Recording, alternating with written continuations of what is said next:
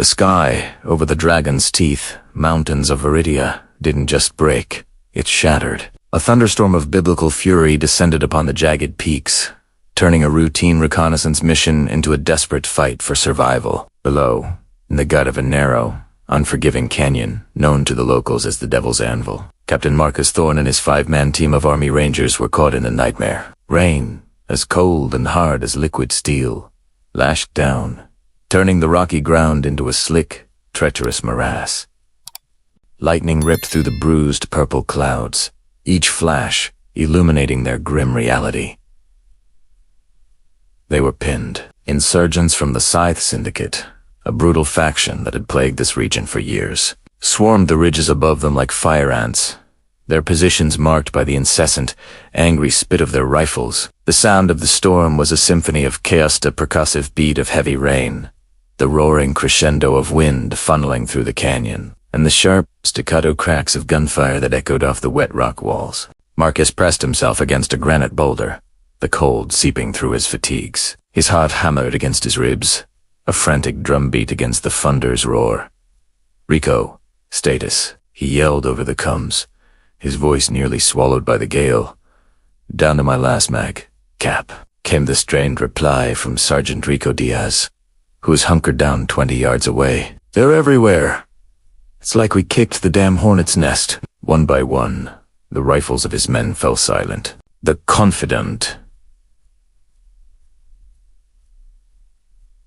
The controlled bursts of fire that had characterized the initial contact had dwindled into sporadic, desperate single shots, each one a carefully considered prayer against the overwhelming odds. They had been led into a perfectly executed kill box. Air support was a fantasy in this weather, and their only escape route, a narrow pass to the west, was now a waterfall of mud and rock, completely impassable. Marcus risked a glance over his cover. Muzzle flashes flickered from at least a dozen positions above them. The enemy was patient, tightening the noose, enjoying the hunt. He saw one of his men, a young private on his first tour, stare wide-eyed at the relentless wave of enemy fighters. The boy was terrified, his training struggling to overcome the primal fear of a cornered animal. Marcus felt a cold dread creep into his soul, a feeling he hadn't experienced since the early days of his career.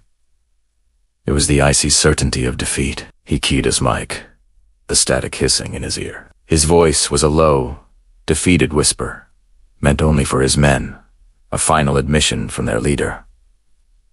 "This is it. We're done."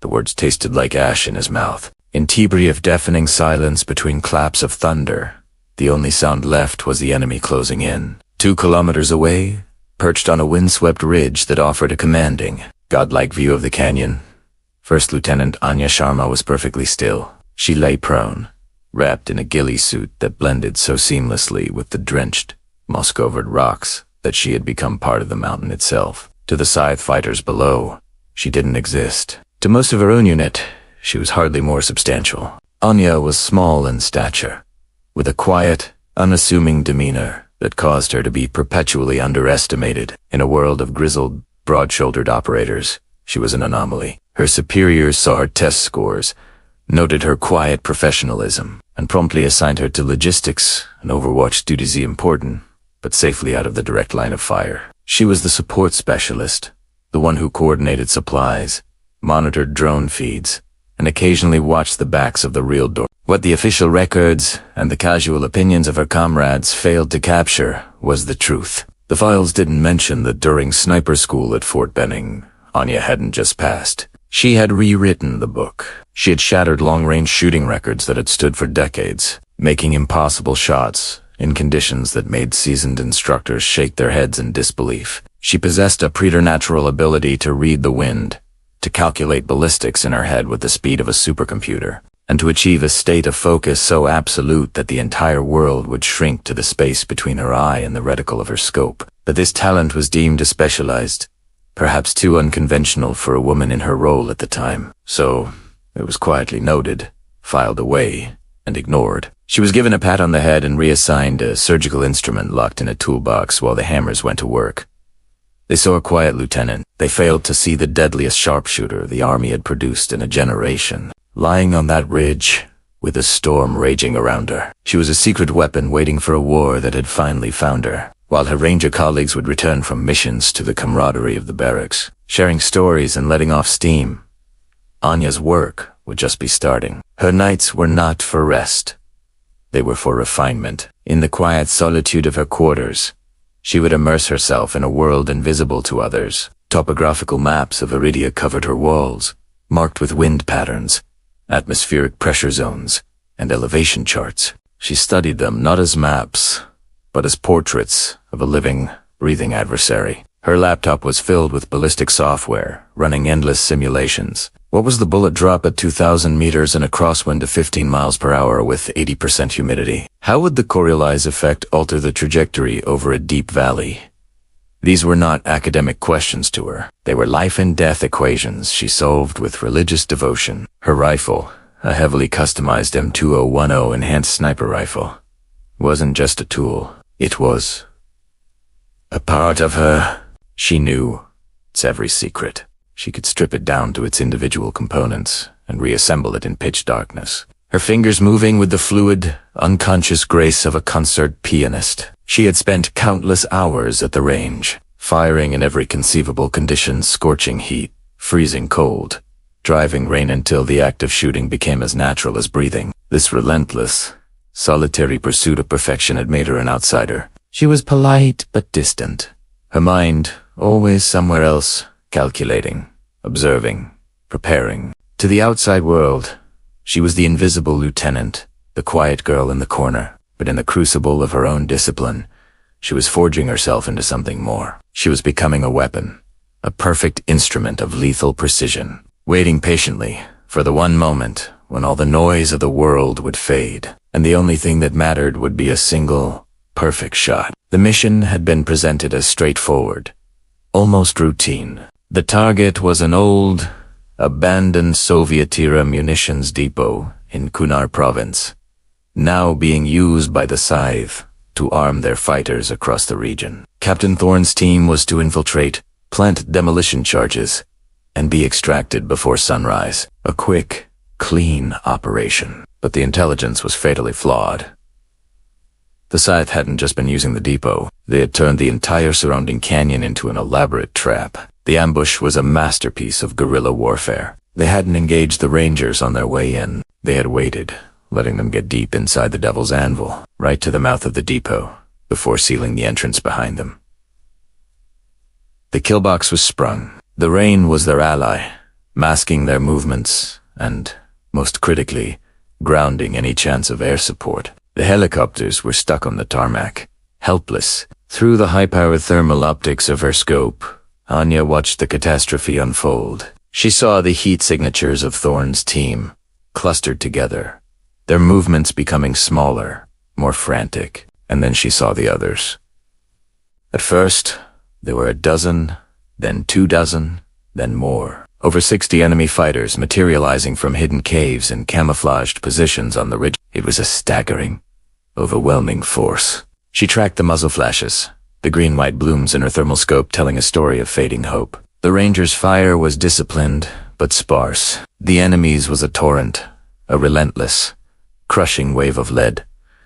She saw their escape routes vanish one by one. She saw the desperation in their body language, the way they conserved their last few rounds. Her radio crackled with their fragmented, panicked transmissions before being drowned out by the storm. She didn't need to hear the words.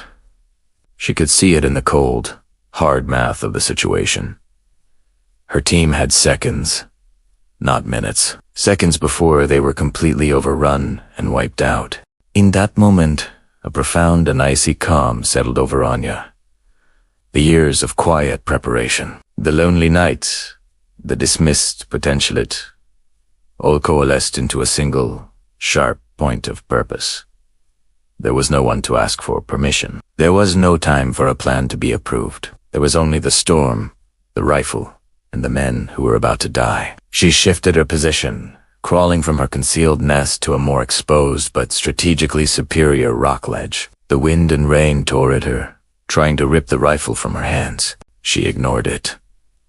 It was just another variable to be calculated. Her fingers, though numb with cold, moved with practiced efficiency, dialing in the range, adjusting for windage and elevation. The target, a heavy machine gunner who had pinned down two of the Rangers, forcing them into the open. She exhaled slowly, her breath fogging for a moment in the cold air. The world vanished.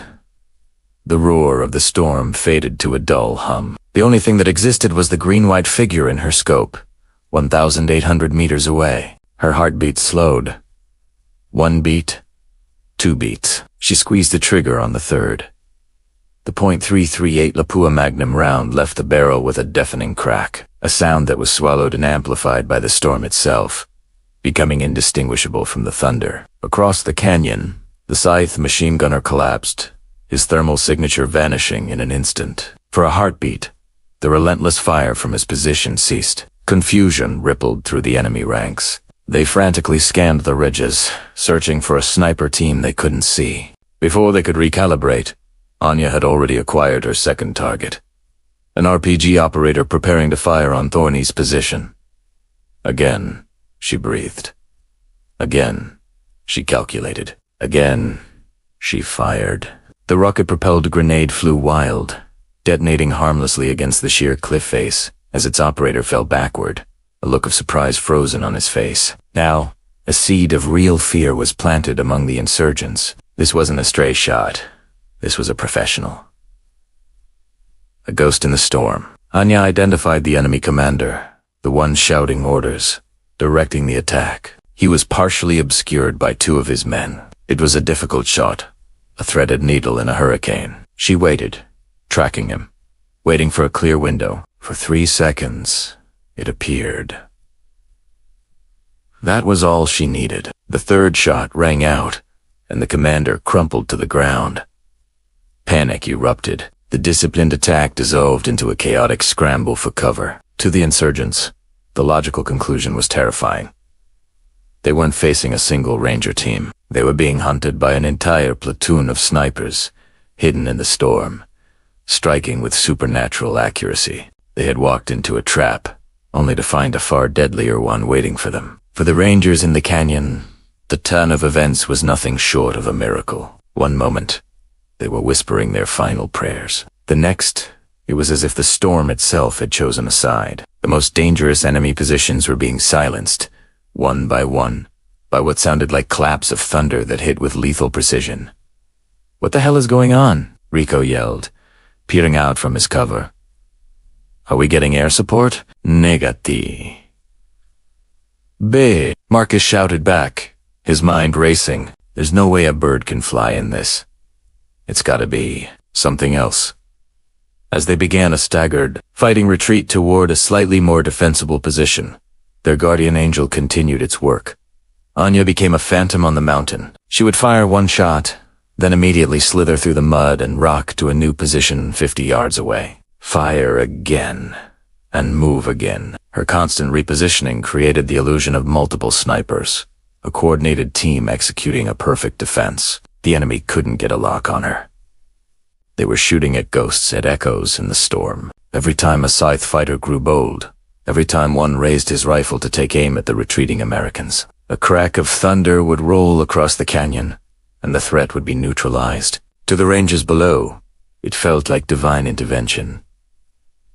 Salvation wasn't coming from a helicopter. It was raining down from the angry heavens, delivered on a bolt of lightning. They didn't understand it, but they trusted it. They moved from cover to cover, their path cleared by an invisible, all-seeing protector who held back the tide of death with a single, perfectly placed bullet at a time. Anya was their shield, her rifle the hammer of God, and in the heart of the devil's anvil, she was their improbable savior. When the first weak rays of dawn finally broke through the bruised and battered clouds, the storm had passed, leaving behind a world washed clean and eerily silent. The rain-slicked canyon was littered with the bodies of scythe fighters.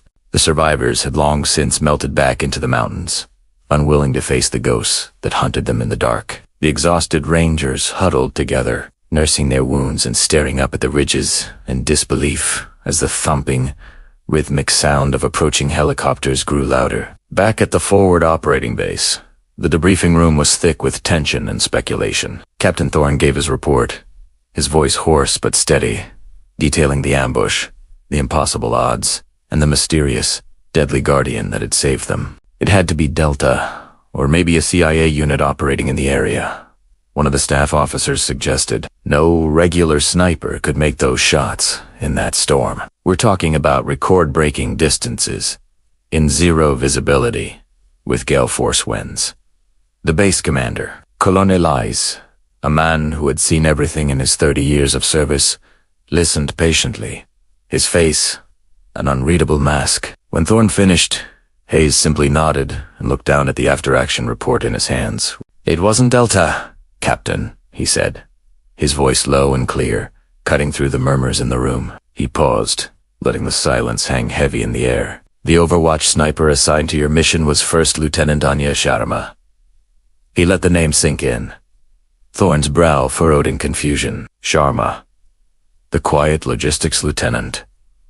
It didn't make sense. Colonel Hayes continued, reading directly from the report. Her official log lists 31 confirmed kills. Average engagement distance, 1,900 meters. All accomplished during the peak of the thunderstorm, with zero friendly fire incidents. The room fell completely silent. You could have heard a pin drop. The men in the room, seasoned warriors and strategists, turned their heads as one, looking for the lieutenant. They found her standing quietly against the back wall, almost hidden in the shadows, her hands clasped behind her back. She looked small, out of place, as if she had wandered into the wrong meeting. But as the weight of the colonel's words settled, their perception shifted. They weren't looking at a support officer. They were looking at the ghost from the storm, the quiet young woman who had single-handedly turned a massacre into a miracle. Later that day, Captain Thorne and the rest of his team found Anya in the armory. The air was thick with the smell of gun oil and solvent. She was alone, methodically and calmly cleaning her rifle, her movements precise and For a long moment, the Rangers just stood there, watching her. This was the first time they had truly seen her. Before, she was just part of the background, the small figure who carried clipboards and made sure they had enough batteries for their radios. Now, they saw her through a different lens. They saw the steady hands that had held back the enemy. They saw the intense focus in her eyes, the same focus that had looked through a scope and delivered salvation. They saw the warrior who had carried them through an impossible night. Marcus Thorne stepped forward. He didn't know what to say. "Thank you," felt laughably inadequate. How do you thank someone for breathing life back into you when you had already accepted death? He looked at the rifle, resting in its cradle. It looked less like a weapon and more like a sacred artifact. He didn't need to find the words. He simply picked up a clean cloth from the workbench, dipped it in solvent, and began cleaning one of the rifle's components alongside her. The other Rangers followed his lead, picking up tools and cloths, joining in the ritual. No words were exchanged. None were needed. In disarrayed, silent task of caring for the weapon that had saved them, a profound and unbreakable respect was forged. Tao was replaced by Or. From that day forward, everything changed. Lieutenant Anya Sharma was designated the team's primary sniper. There were no discussions, no debates, no questions asked. Her place had been earned in the thunder and the rain. Word of what became known as the Canyon Miracles spread through the base like wildfire, whispered in chow holes and retold in hushed, reverent tones in the barracks. The story grew into a legend, a modern military for Anya's rifle, the tool of her incredible feat, earned a nickname, Storm's Echo, a testament to the thunderous reports that had heralded salvation. Anya herself remained unchanged. She was still quiet, still professional, still unassuming, but she was no longer invisible. She carried a new authority, one that came not from rank but from proven, undeniable skill. The operators who had once overlooked her now sought her advice on ballistics and weather patterns. They treated her not just as an equal, but as an oracle. She kept a single brass casing from that night. On it, she had carefully scratched 2 words. Not tonight. It wasn't a trophy. It was a private reminder, a covenant with herself. It was a token of the night she refused to let her brothers die, the night her quiet preparation finally met its purpose. Her story became a case study taught to new recruits in special operations, a powerful lesson about never, ever underestimating the quiet professional in the room. In the years that followed, as her legend grew, The outside world came calling. There were offers for book deals, interviews for documentaries, and lucrative contracts from private security firms. She declined them all, politely but firmly. In her mind, she hadn't done anything heroic. The storm, the wind, the laws of physics, they carried the bullets. She just pulled the trigger. She was a guardian, not a celebrity. Yet, her legacy outgrew her silence. Her story became a parable for a different kind of strength. Instructors at military academies began teaching their students that the most decisive force on the battlefield is always the loudest explosion or the most aggressive charge. Sometimes, it's the quietest voice, the one that speaks with absolute, undeniable precision. And this is a lesson that extends far beyond the battlefield, into the very fabric of our daily lives. True strength isn't always loud. It doesn't always announce itself. It is often forged in silence, in the lonely hours of dedication, in the pursuit of a craft that no one else sees or values until the one moment it is needed most. It's the quiet colleague who solves the impossible problem, the unassuming friend who offers the perfect word of support, the overlooked individual who, when the storm breaks, becomes the person everyone else relies on. It teaches us to look deeper, past the superficial markers of confidence and authority, and to recognize the hidden potential that lies within others, and just as importantly, within ourselves. We all have a storm to face, and we all have a hidden strength we are sharpening in the quiet moments of our lives. So I have to ask you, what is the quiet craft you are perfecting in your own life? What hidden strength are you cultivating that the world may not see yet? Let me know in the comments below, because I truly believe everyone has a story of quiet strength worth sharing. Thank you for joining me on this journey. I wish you all good health and the strength to face whatever storms may come. And if you enjoyed this story, please consider subscribing to the channel for more content that explores the depths of the human spirit. Until next time.